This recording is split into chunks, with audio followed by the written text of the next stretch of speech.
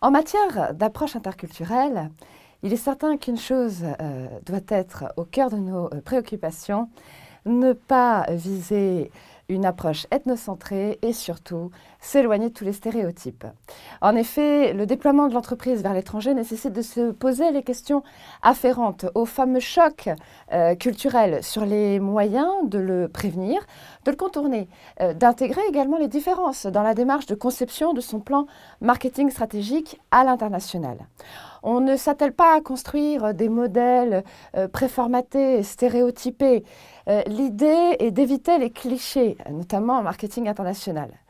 La finalité, pour nous, est la construction de ponts interculturels pour entendre, voir, ressentir parfois physiquement les différences, envisager leur intégration dans notre approche marketing commerciale et surtout exclure cette fameuse vision ethnocentrée de notre champ d'analyse et de perspective de développement.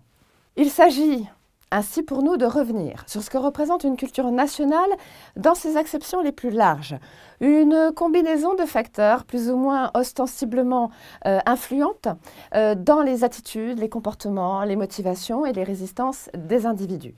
Alors ces derniers, ces individus, sont pour nous à prendre dans le sens marketing et commercial de nos cibles, de nos clients, de nos prospects, de nos intermédiaires commerciaux.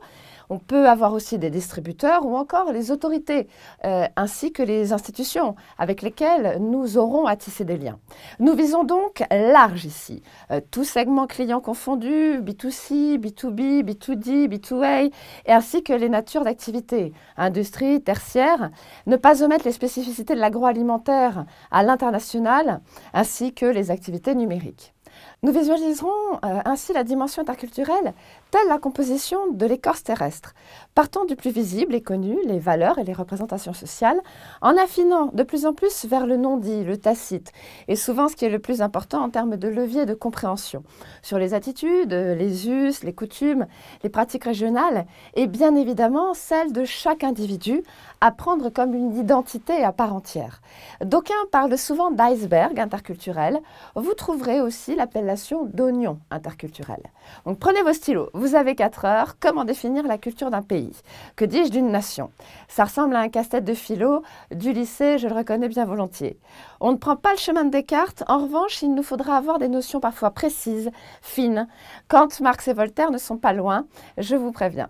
On pourra appréhender la culture nationale en 7 à 8 grandes séquences. Telles des poupées gigognes, elles vont s'enchevêtrer les unes les autres pour donner un maillage dense, parfois regardé par ces extrêmes pour en comprendre l'intensité au niveau du centre. C'est ce que nous allons développer.